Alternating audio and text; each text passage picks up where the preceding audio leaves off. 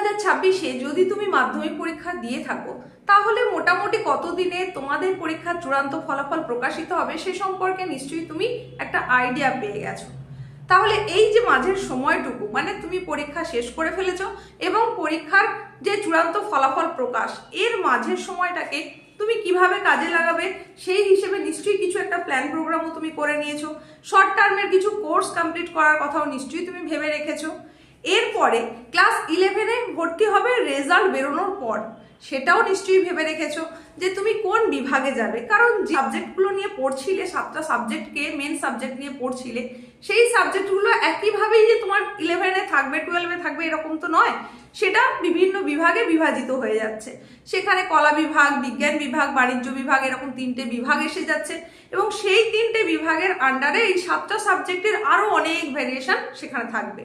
তার মধ্যে থেকে তোমাকে চুজ করে নিতে হবে তুমি কলা বিভাগ বা আর্টসে পড়বে নাকি সায়েন্স বা বিজ্ঞান বিভাগে পড়বে নাকি কমার্স বা বাণিজ্য বিভাগে পড়বে সে সম্পর্কে তোমাকে কিন্তু এখন থেকেই ভেবে রাখতে হবে। রেজাল্ট বেরোবে, তারপর তুমি ভাবনা চিন্তা শুরু করবে, তারপর ভর্তি হবে, সেটা করতে গেলে তুমি কিন্তু একটু সমস্যায় পড়বে। তার কারণ কি?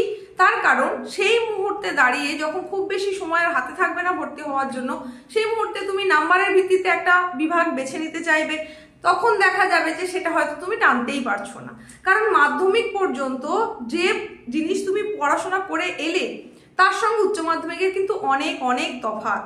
যে ভূগোল পড়ে তুমি এতদিন এলে সেটা যদি ভাবো যে উচ্চ মাধ্যমিকে গিয়েও সেই একই জিনিসই থাকবে তাহলে বলবো না, ভুল ভাবছো।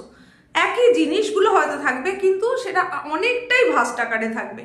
তো সেই হিসেবে তোমাকে আগে থেকে কিন্তু একটা মন মানসিকতা তৈরি করে রাখতে হবে যে তুমি কোন বিভাগের প্রতি বেশি আকর্ষিত হচ্ছ। এখানে তোমার বাড়ির লোকজন অনেক কিছু বোঝাবে, পাড়া প্রতিবেশী, বন্ধু বান্ধব নানানজন নানানভাবে গাইড করার চেষ্টা করবে, কিন্তু সেই গাইডেন্সগুলো যেমন ফলো করা জরুরি তেমনি আবার যেটা জরুরি সেটা হচ্ছে তোমার মন কি চাইছে সেই কথাটাও কিন্তু শোনাটা দরকার রয়েছে। এমন কিছু একটা বিষয় তুমি বেছে নিলে যেটা তোমার ভালোই লাগে না, লোকের কথা শুনে নিয়ে নিয়েছো, কিন্তু যেহেতু ভালো লাগে না বিষয়টা তাহলে সেটা আত্মীকরণ করতেও কিন্তু তুমি পারবে না। এখন থাম্বনেল দেখে আকর্ষিত হয়ে তুমি এটা দেখতে এসেছো, তার সঙ্গে কথাগুলোর কোনো মিল পাচ্ছ না, এখন পাবে। দেখো থাম্বনেলে তুমি যে বিষয়টা দেখেছো ঠিক সেটাই এখন আলোচনা করতে চলেছি, যে তোমার এই যে রেজাল্ট বেরোবে, মাধ্যমিকের চূড়ান্ত ফল প্রকাশ হবে, তার আগে তোমাকে কি কি সতর্কতা নিতে হবে। তুমি যেই স্ট্রিমেই যাও না কেন, সেটা বিজ্ঞান বিভাগ হোক, কলা বিভাগ হোক, বাণিজ্য বিভাগ যাই হোক না কেন, তোমাকে ক্লাস 11 ভর্তি হতে হচ্ছে, মানে তুমি ভর্তি হচ্ছ, অন্তত সেই রকমই এখনো পর্যন্ত প্রিপারেশনটা তোমার রয়েছে, মানসিকতা সেরকমই রয়েছে যে তুমি 11-12 পড়বে, উচ্চ মাধ্যমিক দেবে। যদি এই মন মানসিকতা তোমার থেকে থাকে তাহলে বলবো সমস্ত বিভাগের জন্যই যে বিষয়গুলো থাকবেই, করতেই হবে, মানে সেখানে বাছাইয়ের কোনো জায়গা নেই, সেটা হচ্ছে বাংলা বিষয় এবং ইংরেজি বিষয়। এই দুটো সাবজেক্ট কিন্তু মানে ল্যাঙ্গুয়েজ গ্রুপের এই দুটো বিষয় কিন্তু তোমাকে রাখতেই হবে, যে কোনো বিভাগেই তুমি যাও না কেন। সুতরাং এই জায়গাটায় আমি তোমাদের বলবো, যেহেতু উচ্চ মাধ্যমিকে একটা নতুন পরীক্ষা পদ্ধতি এসে গেছে, তোমরা নিশ্চয়ই শুনেছো, কানাঘোষা শুনেছো, বা তোমার দাদা দিদিরা যদি কেউ সেটার মধ্যে দিয়ে যায় উচ্চ মাধ্যমিকে তাহলে তুমি সেটা জেনে থাকবে, সেটা হচ্ছে সেমিস্টার পদ্ধতি। 6 মাস অন্তর অন্তর পরীক্ষা এবং সেখানে যে সিলেবাসটা রয়েছে সেটা 6 মাস মধ্যেই শেষ করে ফেলতে হবে, কিন্তু এই 6 মাস সময়ের নামের সেটা পাওয়া যায় না। এই 6 মাসের মধ্যে হয়তো দেখা যাবে হাতে গোনা 4 মাস কি বড় জোর আর একটু বেশি সময় তুমি পাবে। তাহলে রেজাল্ট বেরোনোর কিছুদিনের মধ্যেই মানে তুমি ধাতস্থ হতে না হতেই হয়তো দেখবে পরীক্ষার সময় এসে গেছে। সেক্ষেত্রে তোমার যে যে বিষয়গুলো থাকবে সবগুলো সিলেবাস কভার করা কিন্তু একটু কঠিন হয়ে পড়বে।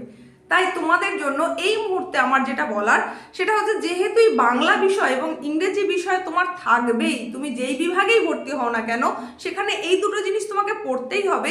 তাই এই দুটো বিষয়ের অন্তত কি কি সিলেবাস রয়েছে ক্লাস 11-এ ফার্স্ট সেমিস্টারের জন্য সেটা সম্পর্কে একটু জেনে যাও।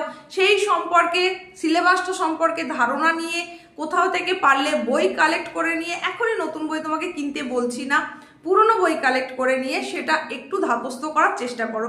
যেমন বাংলার কি কি গল্প রয়েছে, কি কবিতা রয়েছে, সেখানে আর কি রয়েছে সিলেবাসে ফার্স্ট সেমিস্টারের জন্য সেগুলো একটু জেনে রাখো। আর এই যে ফার্স্ট সেমিস্টারের কথা বলছি সেটা কিন্তু হবে total MCQ pattern. MCQ pattern মানে কি, তোমাকে একটা প্রশ্নের নিরিখে 4টে অপশন দেওয়া হবে, সেখান থেকে সঠিক উত্তরটা বেছে নিতে হবে। এটা শুনেই মহানন্দে লাফিয়ে ওঠার মতন কিন্তু কোনো ব্যাপার নেই।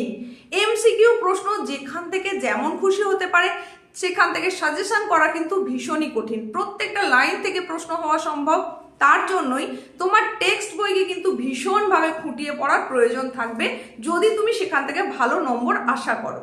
তাই যদি তুমি এই সময়টাকে কাজে লাগিয়ে নাও, যদি এই সময় কিছুটা হলেও পড়াটা করে রাখতে পারো, একটু করে জিনিস কমিয়ে রাখতে পারো, তাহলে কিন্তু পরবর্তীতে সেটা তোমার কাছে অনেকটা ফলদায়ক হয়ে উঠবে।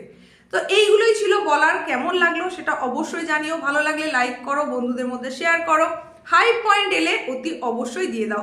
আর এই রকম গুরুত্বপূর্ণ ইনফরমেটিভ ভিডিও পেতে চাইলে নিয়মিত চ্যানেলের সঙ্গে থাকো, দেখতে থাকো, মাঝে মধ্যেই চ্যানেল ভিজিট করো, কারণ সবসময় নোটিফিকেশন যায় না।